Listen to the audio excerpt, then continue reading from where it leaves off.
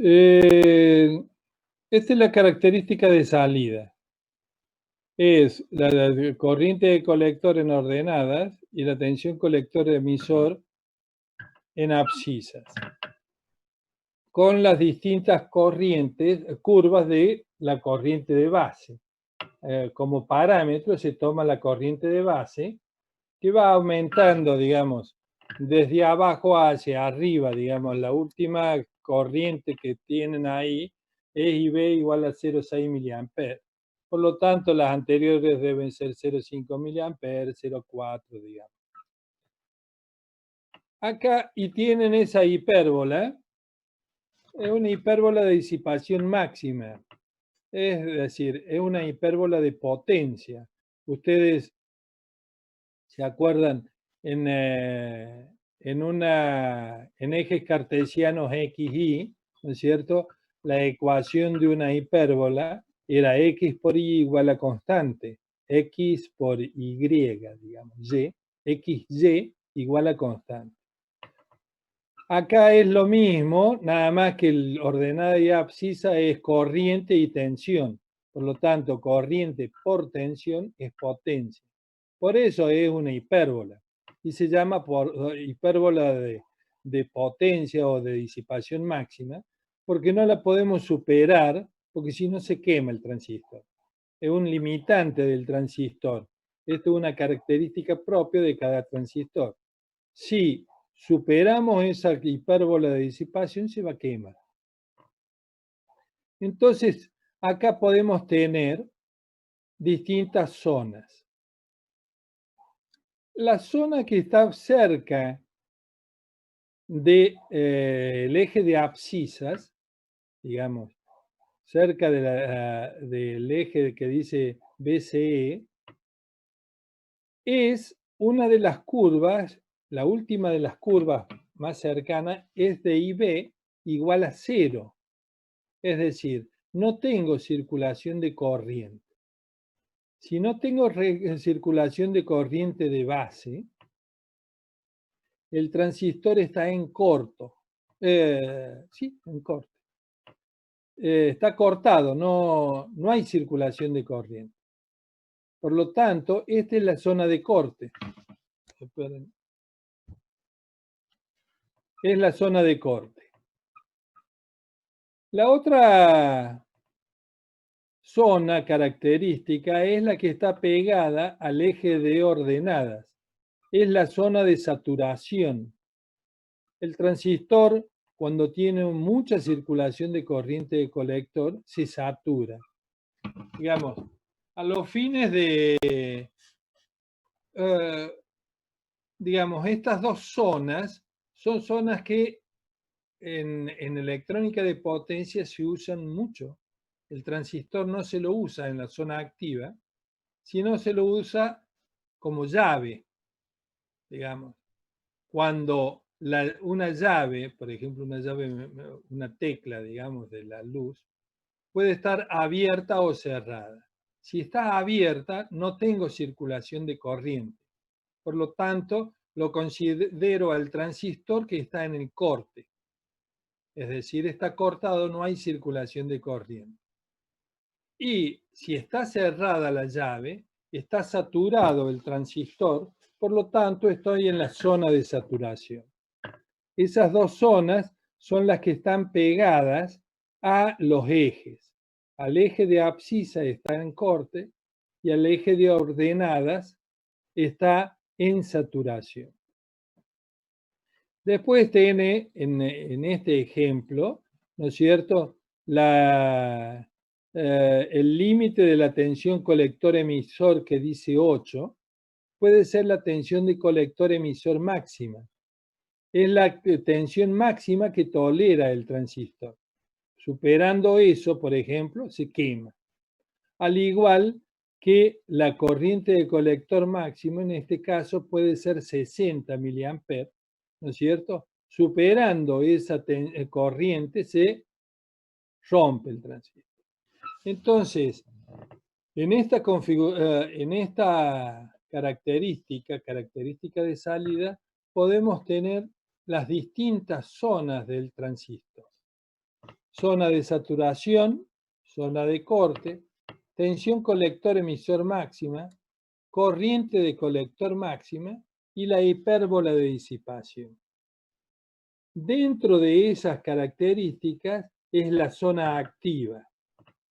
Fuera de la zona esa es la zona prohibida. ¿Por qué se llama prohibida? Porque se quema el transistor, se quema. ¿Me entienden? Entonces, esas son las distintas zonas del transistor. Entonces, si yo al transistor lo voy a utilizar como amplificador, lo voy a usar en la zona permitida, en la zona interna o zona activa que se llama. No puedo llegar a la tensión colector-emisor máxima, no puedo llegar a la corriente de colector máxima y no puedo superar la hipérbola de disipación máxima porque se me va a quemar. ¿Estamos? Entonces, esas son las distintas zonas. En este caso es para una disipación de 100 miliamperes. A ver qué me pasa. No tiene sentido. ¿Estamos? Bueno. ¿Y qué otra cosa? Ah, bueno. Esta es la recta de carga. Cuando se analizan la ecuación de salida, la malla de salida, es la malla de carga, de la carga, digamos. Se llega a la conclusión de que es, si ustedes se fijan en el cálculo, la malla de salida es B sub CC igual a IC por RL más la tensión colector-emisor. Digamos, de ahí se despeja la IC y como B sub CC menos la tensión colector-emisor sobre RL. Esa es una ecuación de una recta. ¿Se acuerdan? La ecuación de una recta es AX más B, ¿no es cierto? Entonces, ahí van a tener que es una recta que si la trazamos es la que dice RL igual a 100 ohm, por ejemplo. Se traza como cualquier recta con su pendiente, ¿no es cierto? La pendiente es menos 1 sobre RL, ¿no es cierto? Y esa es la recta de carga, que es a donde va a trabajar el transistor. El transistor se va a mover dentro de esa recta. Si ustedes cuando lean, cualquier duda pregunten, ¿no es cierto?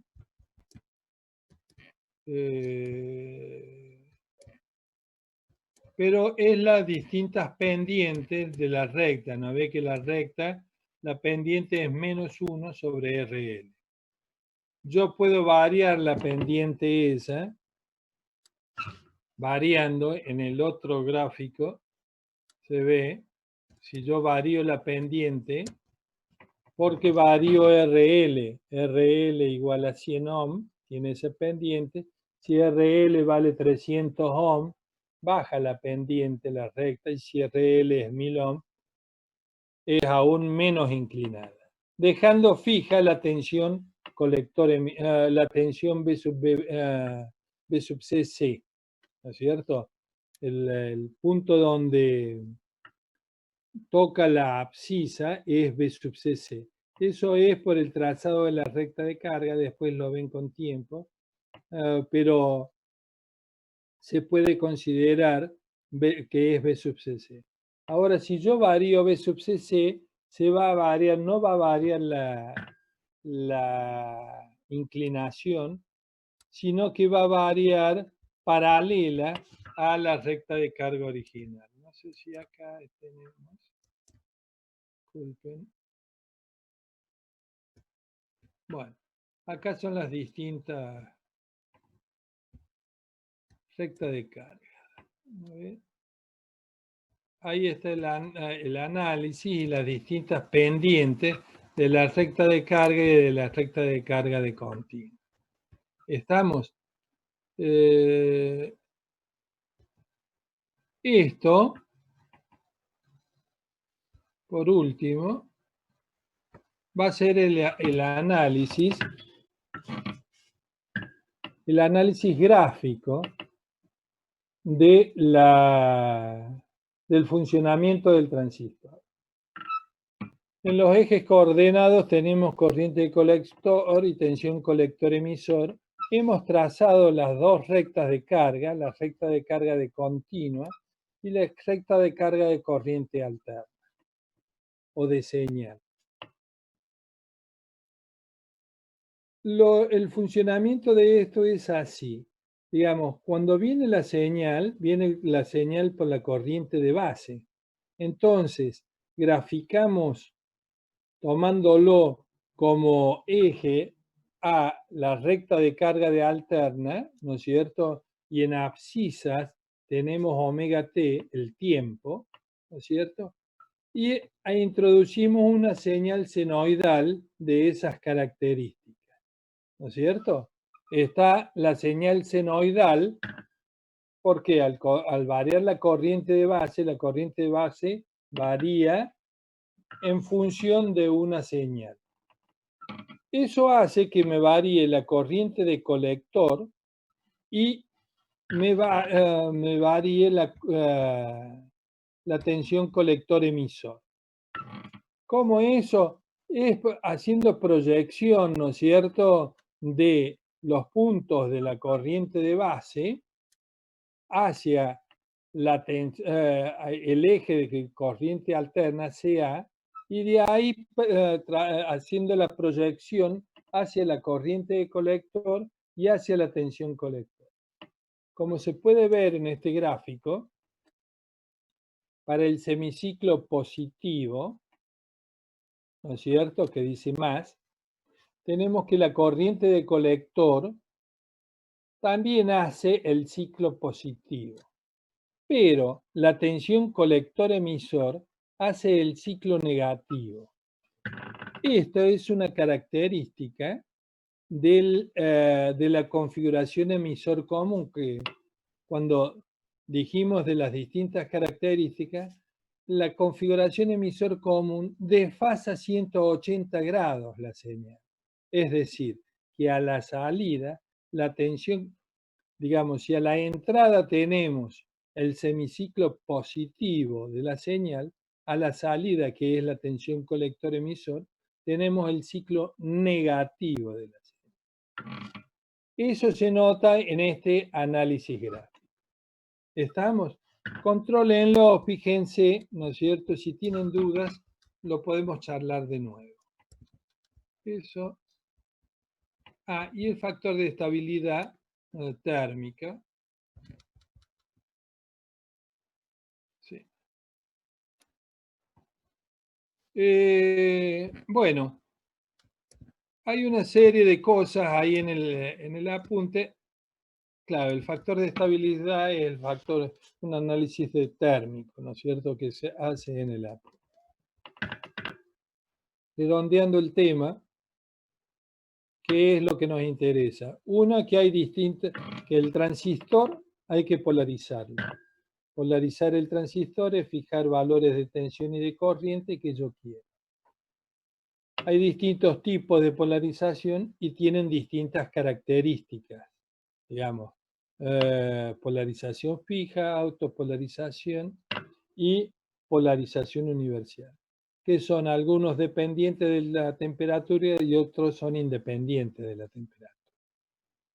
Hacer el análisis ese y hacer, una vez que hemos polarizado el transistor, determinamos la recta de carga del transistor, que es a donde va a funcionar, y el punto Q, el punto de trabajo, que es la intersección de la recta de carga con la corriente de base que tiene en ese momento.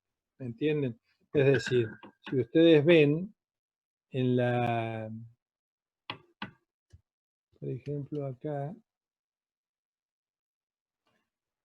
en este gráfico, si nosotros trazamos la recta de carga, por ejemplo, que la recta de carga, ¿no es cierto?, tenga la pendiente, va a cortar una serie de corrientes de base que son de 10 microamperes, 20 microamperes, 30 microamperes.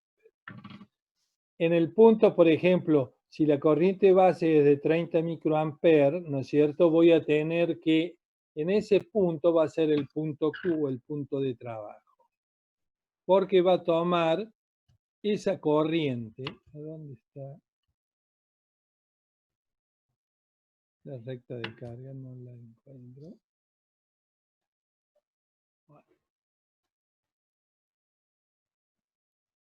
Límites de operación, punto de operación.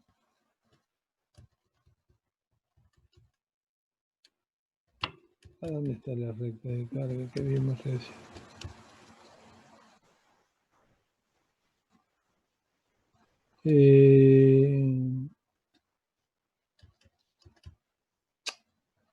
Dame pase. Bueno, en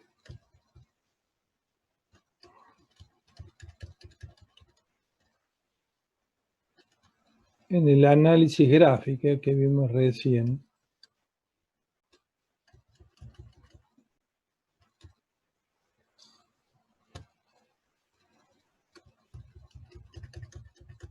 acá está. Este punto Q que pueden ver ahí es la intersección de la recta de carga con la curva paramétrica de la corriente de base que pasa por ese punto. Esa corriente de base es la corriente que está circulando en polarización, es decir, en continua, por la corriente de base. Por eso es el punto Q, punto quiescente, o el punto que está quieto. A ver, en este ejemplo lo pueden ver, en este gráfico se lo ve bien. El punto Q es la intersección de la recta cuya pendiente es menos 1 sobre RL más RE y la curva, que es la 1, 2, la tercer curva, comenzando de abajo, la tercer curva de corriente de base. ¿Por qué? Esa es la corriente, ¿no es cierto?, que puede ser, no sé, 10 microamperes, un valor, ¿no es cierto?, que considero que me gusta que funcione ahí. ¿Estamos? Creo que les he tirado varias cosas. La clase que viene, la semana que viene es probable que hagamos un Zoom, ¿no es cierto?, a esta hora, el viernes. Total, después tenemos el examen. Así redondeamos el tema, porque ya después tendríamos que tomar el parcial. En el parcial entraría hasta lo que estamos viendo ahora y lo que veríamos. Ya les vamos a poner cómo va a ser la forma de toma del parcial, que sería de acá a 20 días por ahí. Ya les vamos a poner la fecha bien. Está en autogestión, cuando vimos la programación de la materia, ahí está indicado la fecha. Así vamos respetando eso y lo vamos completando. ¿Teórico y práctico, ingeniero? ¿Cómo?